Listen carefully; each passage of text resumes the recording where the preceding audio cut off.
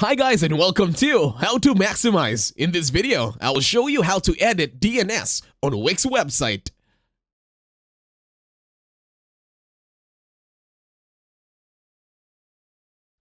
To start this tutorial, open manage.wix.com in your internet browser in your laptop, PC, or Mac.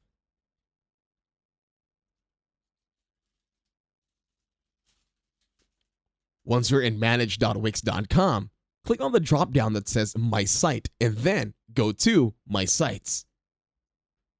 Now this will open another tab. Once you're here, click on or hover over your site and click on Select and Edit.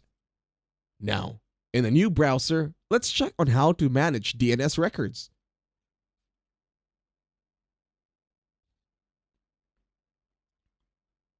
In here, it's a reminder and the step-by-step process on how to do it. So we're going to follow this.